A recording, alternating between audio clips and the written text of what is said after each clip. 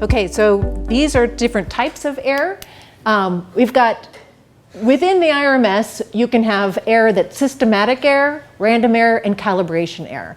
The systematic error, if you run enough standards, you should be able to try and correct for that. Those are things that might be related to instrument drift, to voltage changes with sample sizes, temperature changes that happened, like in an overnight run, they turn off the air conditioning, the place heats up or it cools down, and they turn off the heat in the winter time, and then they start it up in the morning, so you get huge temperature fluctuations sometimes. Random error maybe is due to things that maintenance issues that haven't happened, tailing of peaks, and things that you might be able to try and have that are going wrong with the machine itself. Very difficult to correct for. They just end up being part of your error. Then calibration error itself. There are a lot of labs that just use a 1-point calibration, so they might just put one value in. They don't even use a high and a low. We use a high and a low and a middle, so you have 3 points that you can use to draw a line and calibrate. You can always draw a line between 2 points, but if one of them, say, for example, if you're thinking of water again, it got opened up and ended up being evaporated, and you still thought it had the exact same value, your line would be completely off. A 3-point line gives you that hint. And then your independent QC, which is then your 4th standard, if you do it the way we do, would be the check on that one. But you want to know, don't ever use a 1-point. 2-point is a minimum. And then also making sure that you are following the identical treatment principles we talked about before and not mishandling those standards. Other ones we've had fish samples before that were kind of being used as a lab standard or study standard, and something happened, they let it get wet or it sat out and something, and all of a sudden the N15 went higher. Probably went through some denitrification, some bugs in there doing something. And so, those kinds of things can happen and you want to know about those. Sample error is another one. So again, fractionation because of something you were doing, or homogenation of samples. If you're getting 1 milligram out of something that was a bulk sample that you had of 10 grams of it, how representative is that 1 milligram? If you didn't grind things to a really fine powder, maybe that 1 milligram is quite different from, particularly if it's like part of a stem compared to part of a leaf, or a vein versus, the leaf tissue itself. Those things can make big variances. And so those are errors that you'll have to try and do. And you'll catch those looking at your variance within the population, between your duplicates. So what do we use the standards for? You guys have been doing this. You correct for drift, maybe some volume differences of the gases or voltage differences. You calibrate it to the international standards, and then you have another one that calculates your accuracy, the quality control standard. We've talked about the identical treatment principle, but I bring it up over and over because I can't emphasize it enough. And then we have a whole bunch of scales that we look at, or types of standards. There's the scale defining standards, the VSMO and the PDBs, etc. And then there's other ones that are also certified that you can get from IAEA. So these ones are very expensive. They come up from IAEA or NIST that you can purchase them from. They're not going to give you very much, and they're not going to give them to you very frequently. And they often run out, and they don't have them available at all. And so when they do, you have to try and figure out ways. So what we always do, and what you mostly are doing we calibrate internal working standards. And another advantage of these working standards is that they cover the range of biological materials that we might be more interested in running, whereas the certified standards, they don't really do too much in the biological standards. They have a couple that they do, but like carbons are carbonate, and they are for a reason, because they're stable. And so they're not going to have that change over time associated with them. And then the study standards, which we've kind of touched on, but that might be something of a material that you have particular to your study that you've got a big sample of that you can run through the processing over time. And we'll give it a little bit more of an example in a sec. So let's talk about some of the data correction that happens. So as you're going through it, the first things you'd want to do is to normalize for voltages if you had some differences there. And the second one would be drift correction for over time. And the last one, once you've done all these other types of one, is to calibrate it to the scale itself. Each instrument is different. You may not have to do some of these other types of things. They may be very, very stable in a particular type of thing. So like drift may not be an issue for within one instrument, and another one it may drift a lot. So you kind of rely on the mass spectrometer operator to know their machine, to know what they have to do, to know the number of standards that they have to run in order to be able to get good numbers out of it. And then, again, we talked about this, 2 to 3 points of calibration to be done, and again, having a separate independent quality assurance control that it has. So touched on all of those. I have a quick question. Yep. Actually. It's not quick. Huh? It's I'm just like my brain right now. Is right. Wouldn't having your standards that you made, your internal laboratory working standards that you ground and sit there and that's your standard for life, doesn't that violate the identical treatment principle? Because your standards are sitting there pre-ground off and you're using those standards, which you'll then weigh at the same time as like what you're bringing in from the field. No, not necessarily. No, I wouldn't say that.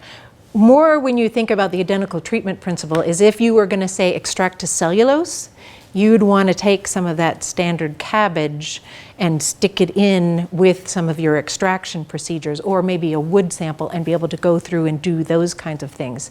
The grinding process itself is often a matter just of homogenization, but yes, for storage, thinking about it, if you knew what its value was, of course they're measuring it quite frequently, you could take one of those samples and put it in and store it with all of your samples. We just happen to know that storage generally of dried material, if it's dry, doesn't cause a problem. Yeah, so you kind of have to know what might cause problems, and certainly extraction procedures are ones to look for places of fractionation. Storage, if it's water and you allow evaporation, that's a place when a fractionation might occur, long-term storage. So you have to kind of think of where are the points where I might get fractionation and problems. And as much as you can do it, but there are also limits. I mean, you have to know the isotopic value of it, right? And so it has to have been measured and prepared already. So there's, as much as you can, think about it. Yeah, but that's a good question. All right, so what do we mean by voltage normalization? This is important, say, if you're running soils, because soils, while you can weigh out a gram of it, the amount of carbon or the amount of nitrogen that might be in that soil sample will vary depending upon mineral content within it. So if you're running things that have various amounts of nitrogen that is introduced, so this is a standard, and it's run over time, and its value was at 0, you can put in different amounts of it, and you can see that you'll get a different isotope value for that standard based on the voltage itself. And this is the linear correction that you would end up making to be able to bring those back if you knew that that was a problem. So for soils, you'd want to take that standard and put different weights of it in so that you could create this curve and correct for it. If it was a problem on that particular mass spectrometer. Older mass specs had this problem more than recent ones. The other thing that you try to do is if you know your percent nitrogen, you would always try to weigh them so that you get the exact same amount of nitrogen come in, so you don't get variance in this voltage at all. That's the goal, that you don't have the variance, avoid it to begin with. But if you have to go with it because you don't know, or one sample is different from another, just depending upon if you get sand or not sand within your sample, then you have to do these corrections. Is that like normally a problem if you're taking soil samples from like one field site? It can be, particularly if you're going down with depth, as you know, within a soil profile. Right. The organic layer, very different from your A, B, C. Yeah, so, the horizons. You could just run a couple and see what they look like. And then for us, we kind of make everybody go and get the percent N and percent C before they weigh their samples. Yeah. And then once you know what the percent N and percent C is for the samples, then you can start weighing the amounts so that you get a consistent amount of carbon or nitrogen introduced. What would you say is like an acceptable range in the totally dependent on your mass spectrometer, and then therefore the mass spectrometer operator and how they like to see it done. Everyone's particular about the way they like to do it, and usually what we'll do is once we know %N or %C, we'll give you a ballpark range of what to weigh for different samples. But this would be your normalization that you would do with that. And then also notice that when you get to really small voltages, you can drop off this curve. And these samples should be rejected because there just wasn't enough sample to get a good number associated with those. Drift correction. So over time, so this is number of sample, which can count as time because this is the order of them. And they were running a lot of them. It looks like 1 out of every 5 samples, because it looks like they have for 20, there's 4 of them. 1 out of every 5 that they were running. And so this one has all the same value, sits right around here. And you can see that it really drifts during the run. And so each operator has their own way of doing it, but in this case, they like to fit an equation with that, and then knowing the correct value, coming back and correcting those. And then you would apply it to all the samples as they run in between them based on sample number. So sample number would be one of the things that goes into there as your time unit. So that's drift correction, one of the many types. Yeah. Sorry, also the corrected is after applying the equation? This is the standard over time. Yeah. These are the corrected values. So this one is the corrected one for this and here and so on. And so now your accuracy would be based on the variance of the red triangles rather than the variance associated with this. So you've reduced that variance a great deal. Well, you wouldn't do your accuracy on this because, of course, I used it to correct them. But you would use it on your independent QA/QC one. But you could see how that variance has really been reduced as a result of the correction. If you didn't correct it, you'd just have way less accuracy. Yeah. I'm sorry, could you go back to the voltage correction? How do you correct for the voltage?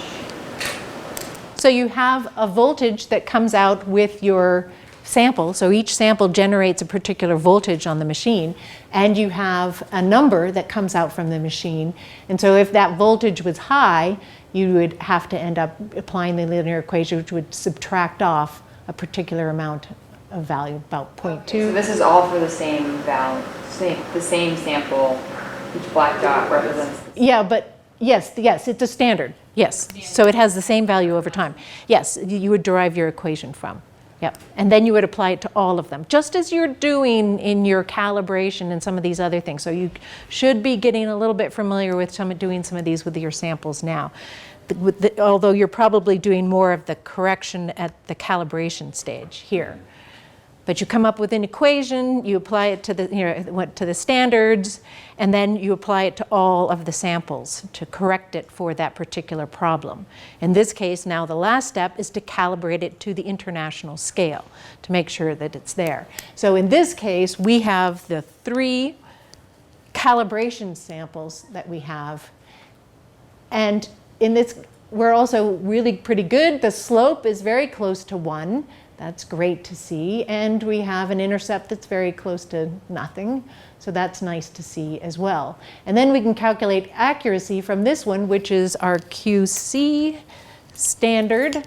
And we would look at its deviation from the measured versus the predicted after we've corrected it on this line. Does that make sense? So that's the standard calibration. And again, using 3, because if one of these ended up being slightly off, if it was suddenly up here, we would know something was wrong with one of our standards. And again, I mentioned that earlier. Okay, so that's kind of a quick nutshell of some of the corrections and calibrations and problems and things to kind of go to. And if you don't have questions, I'll just keep moving so that we can get through the exercise with plenty of time.